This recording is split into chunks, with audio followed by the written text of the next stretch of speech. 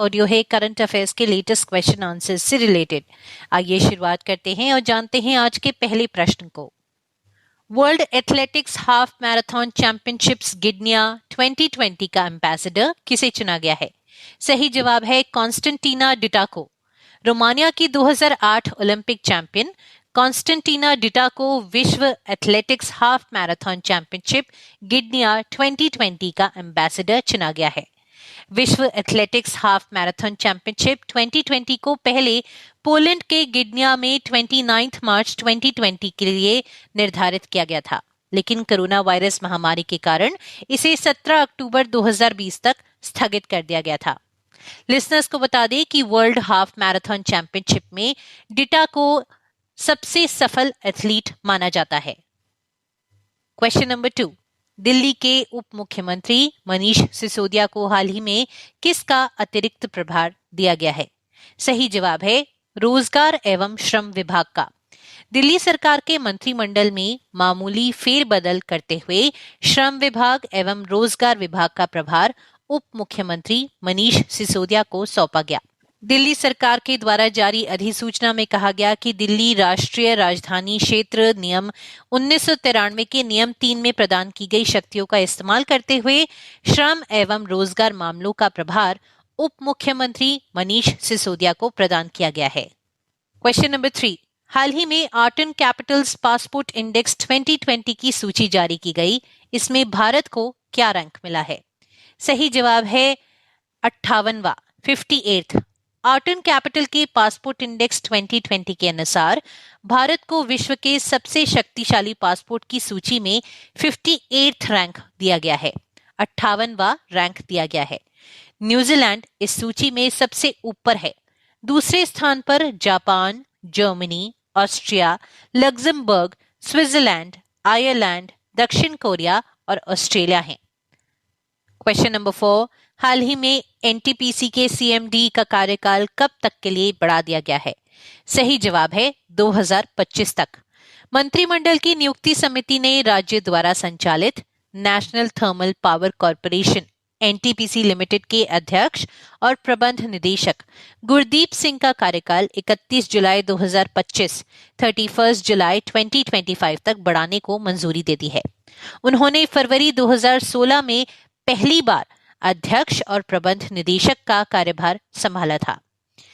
National thermal power corporation की स्थापना 1975 में की गई थी और इसका मुख्यालय नई दिल्ली, भारत में है। Question number 5। भारत ने फिलिस्तीन शरणार्थियों के लिए United Nations relief and works agency को कितने मिलियन डॉलर की सहायता राशि प्रदान की है? सही जवाब है $1 मिलियन की।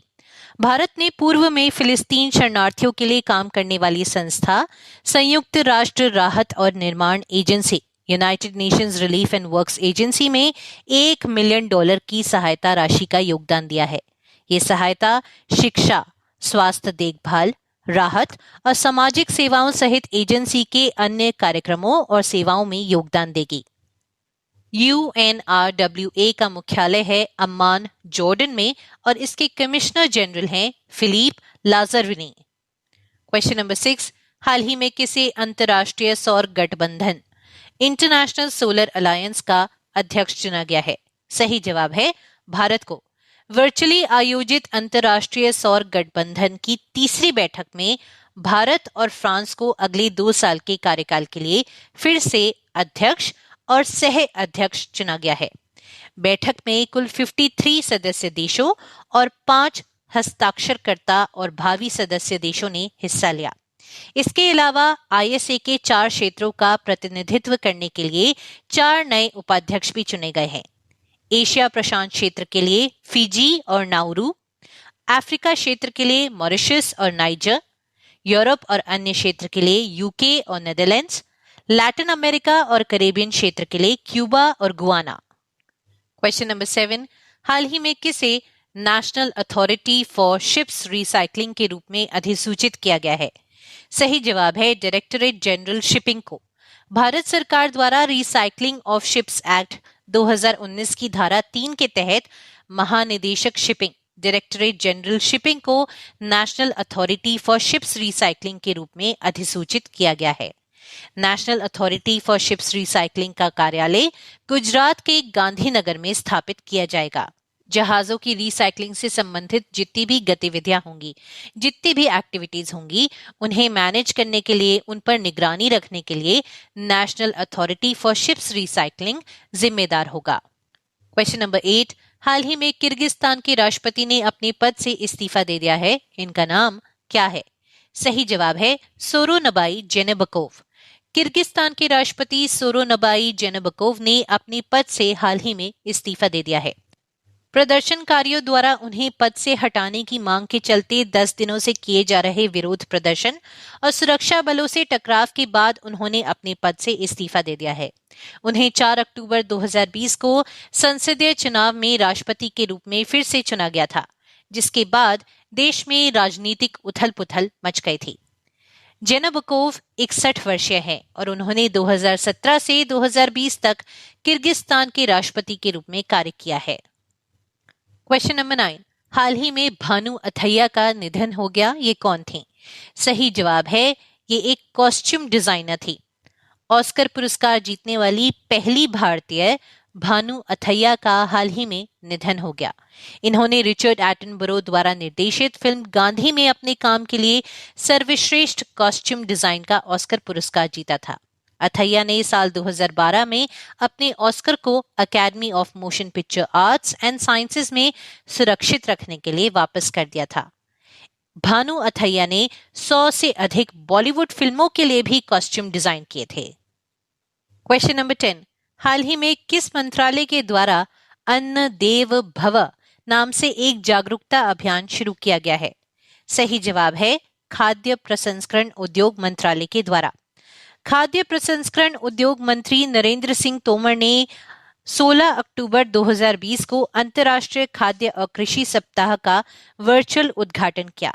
इस मौके पर उनके मंत्रालय ने अन्न देव भव नाम से एक जागरूकता अभियान भी शुरू किया है। इसका उद्देश्य लोगों को खाद्यान्न के महत्व को बताने के साथ साथ भोजन की बर्बादी को रोकना है।